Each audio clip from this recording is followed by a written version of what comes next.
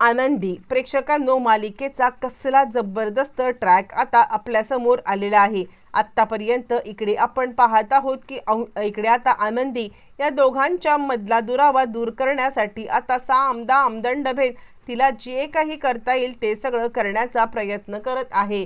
पण त्याच वेळेला मात्र आता इकडे इकडे जो काही विद्याधर आहे तो या सगळ्यामध्ये फूट पाडण्याचा प्रयत्न करतोय। पण शेवटचा एक डाव इकडे आता आनंदीने खेळलेला आहे आणि आनंदीने शेवटचा डाव खेळत अशा पद्धतीने बाप लेकांना एकत्र आणले। एकाच झटक्यामध्ये सगळी समीकरणं बदललीत। काय घडलंय, कसं घडलंय, सगळं सविस्तरपणे पाहू। इकडे आता ज्या वेळेला पृथ्वी आनंदीला सांगायला लागतोय, बरोबर आहे, तू जे काही म्हणतेस ना ते गोष्ट मला आता कळालेली आहे किंवा मला पटलेली सुद्धा आता आहे। तू या सगळ्यामध्ये जे काही म्हणजे म्हटलीस ती गोष्ट खरंच खूप आता चांगली आहे। म्हणजे मी या सगळ्यामध्ये विचारसुद्धा केला नव्हता की खरंच म्हणजे मी कमीपणा घेतला तरीसुद्धा या सगळ्यामध्ये चांगलं असणार।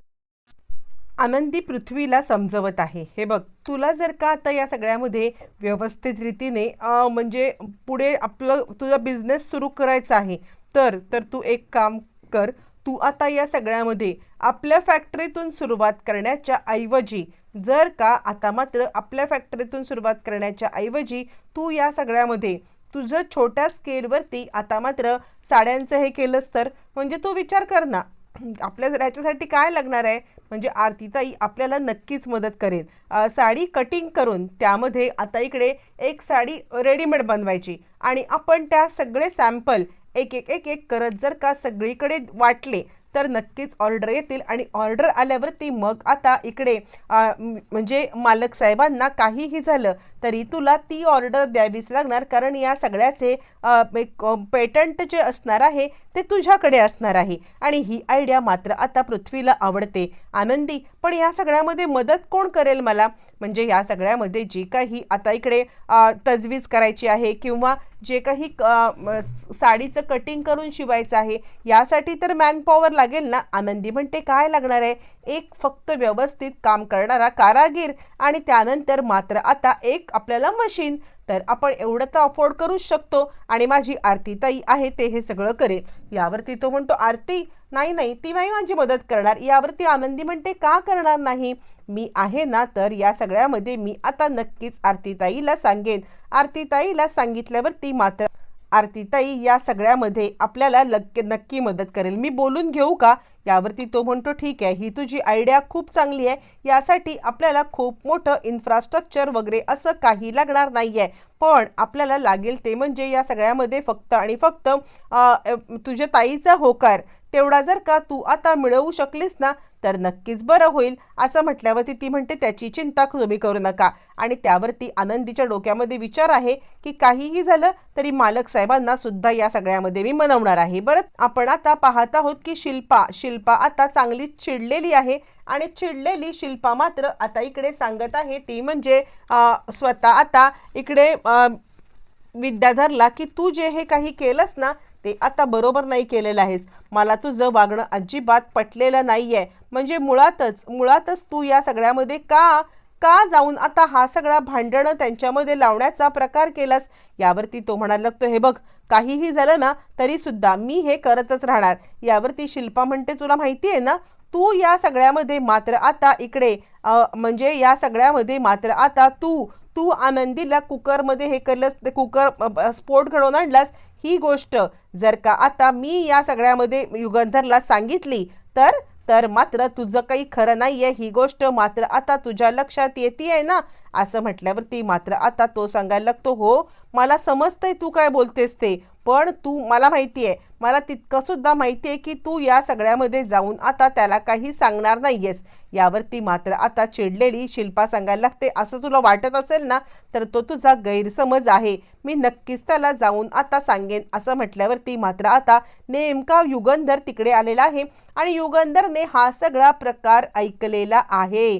युगंधरने या सगळ्यामध्ये ऐकलंय की आनंदीचा स्फोट घडवून आणण्यासाठी जो काही सगळा हे केलेला आहे तो फक्त आणि फक्त केलेला आहे तो म्हणजे स्वतः आता विद्याधरने। असं म्हटल्यावरती मात्र आता युगंधर विचार करतोय की आत्ता जर का याला मी इकडे काही बोलण्यासाठी आलो तर मात्र हा या सगळ्यामध्ये मात्र आता मुद्दामच नकार देईल की मी हे काही केलेलं नाही आहे, मी काही बोललेलं नाही आहे. असं जर का आता हा करत राहिला तर ह्याला शिक्षा देणं कठीण होईल आणि त्यानंतर स्वतःच त्याने आता खूप मोठी आता योजना आणि त्यानंतर तो आता आनंदीकडे आलाय. आनंदी चल, आज तुझ्यासाठी खूप मोठं सरप्राईज आहे मला, असं म्हटल्यावरती मात्र आता आनंदी सांगायला लागते मालक साहेब काय झालं. आणि त्यावरती मात्र आता लगेचच इकडे सांगायला लागते ते म्हणजे युगंधर सांगायला लागतोय की चल आत्ताच्या आत्ता तू माझ्या सोबत चल, मी आता तुला काहीतरी सांगत आहे. असं म्हटल्यावरती मात्र आता आनंदी सांगते मालक साहेब काय झालं. आणि त्यानंतर इकडे आता युगंधरने मोठी योजना केलेली आहे. इकडे त्याच्याच औषधाची चव आता त्याला चाखवण्यासाठी हा सगळा प्रकार करण्यात आलेला आहे. आणि त्यानंतर आता ज्या वेळेला आनंदीला घेऊन तो समोर आलाय आणि त्याच वेळेला विद्याधरच्या गाडीमध्ये मात्र आता बॉम्ब टाकण्यात आलेला आहे. आणि त्याच वेळेला मात्र आता विद्याधरच्या गाडीमध्ये बॉम्ब टाकण्यात आलाय आणि आता त्याचा स्फोट घडवून आणलाय. विद्याधरला काही इजा होणार नाही याची सुद्धा आता इकडे युगंधरने काळजी घेतलेली आहे. आणि त्यानंतर मात्र आता इकडे लगेचच हे सगळं घडल्यावरती तो आता सांगत आहे हे माझ्यासोबत जे काय करतोयस ना तू ते बरोबर नाहीये. असं म्हटल्यावरती तो म्हणतो का बरोबर नाहीये, आज जर गाडीला जाळून टाकले उद्या या सगळ्यामध्ये तुला सुद्धा जाळायला मी आता कमी करणार नाहीये. काहीही झालं तरी सुद्धा या सगळ्यामध्ये मी तुला. आणि इकडे तोपर्यंत आनंदीने मात्र आता आरतीला हाताशी घेत सगळ्या ऑर्डर पूर्ण केलेल्या आहेत. आणि त्यावरती मात्र आता युगंधर सांगायला लागतो आनंदी तू मला काहीही सांगत नाहीयेस पण आता मला सगळ्या गोष्टी समजतायत. तू या सगळ्यामध्ये का बरं त्या आता विद्याधरला या सगळ्यामध्ये प्रोटेक्ट करत होतीस. त्यांनी जे काही केलंय तुला माहिती होतं ना की त्यांनीच तुझ्यासाठी आता मात्र हे सगळं करून आणलं होतं. त्यांनीच आता इकडे तो कुकरचा स्फोट घडवून आणला. मला समजलंय, मी स्वतः त्या माझ्या कानांनी ऐकलंय. आणि त्यावरती मात्र आता आनंदी सांगायला लागते मालक साहेब अहो मी इतक्या गोष्टींचा विचार नाही करत, त्यांची कर्म त्यांच्याजवळ. मी तुम्हाला फक्त आता एकच सांगेन की आपली माणसं आहेत ना त्यांना न दुखावता जे काही तुम्हाला करता येईल ना ते सगळं आता तुम्हाला करता आलं तर चांगलं आहे. असं म्हटल्यावरती मात्र आता इकडे युगंधर सांगायला लागतोय ठीक आहे मी बघतो काय करायचं ते. असं म्हटल्यावरती इकडे आता युगंधरला अचानकपणे शिर्केंचा कॉल आला आणि शिर्के सांगतात अहो मालक साहेब काहीतरी चमत्कार झालाय, आपल्याला ऑर्डरवरती ऑर्डर येत आहेत. आणि त्यावरती मात्र आता आनंदी पृथ्वीला बोलवते आणि ती सांगायला लागते मालक साहेब एकदा पृथ्वीचं काय म्हणणं आहे ते ऐकून घ्या.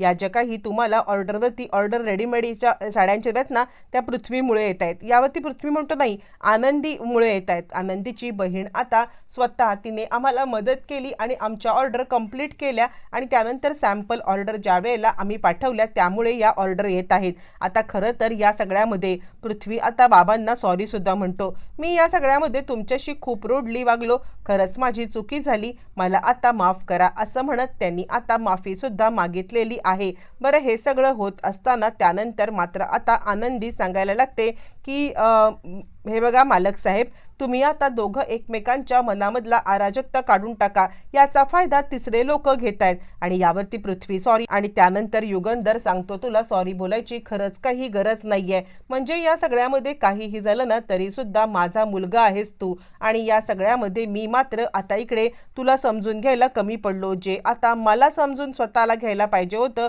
ते मला आनंदीच्याकडून आता ऐकावं लागते. खरंच मी आता चुकलोय, मला माफ कर असं म्हणत त्याने मिठी मारले. आणि त्यानंतर तो सांगतोय अरे तू या सगळ्या प्रॉपर्टीचा तूच तर मालक आहेस, फक्त मला तुला जाणीव करून द्यायची आहे की सगळं ऐतं मिळत नाहीये, जे तुला आपोआप समजलेलं आहे आणि त्यामुळे चिंता करू नकोस. आजपासून हे सगळं ऑफिस तुझं आहे, तुला जसं हवंय तसं आता सगळं त्या ऑफिसमध्ये होणार आहे.